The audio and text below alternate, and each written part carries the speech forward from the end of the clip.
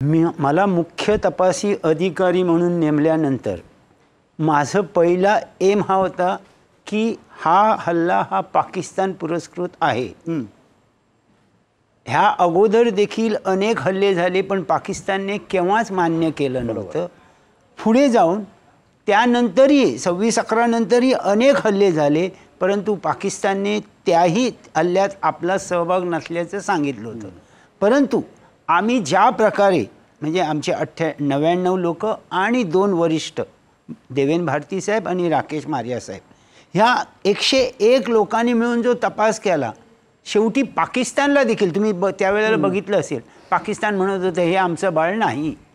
परंतु सुमारे 2 महिन्यानंतर त्यांना देखील मान्य करावं लागलं की ह्याची कॉन्स्पिरसी ह्याचा जो कट आहे तो आमच्या हद्दीत झाला आणि ते आमचं यश आहे असं मला वाटतं। कसाबला फाशी देणे तेवढंसं कठीण नव्हतं कारण 2100 साक्षीदार आमच्याकडे होते।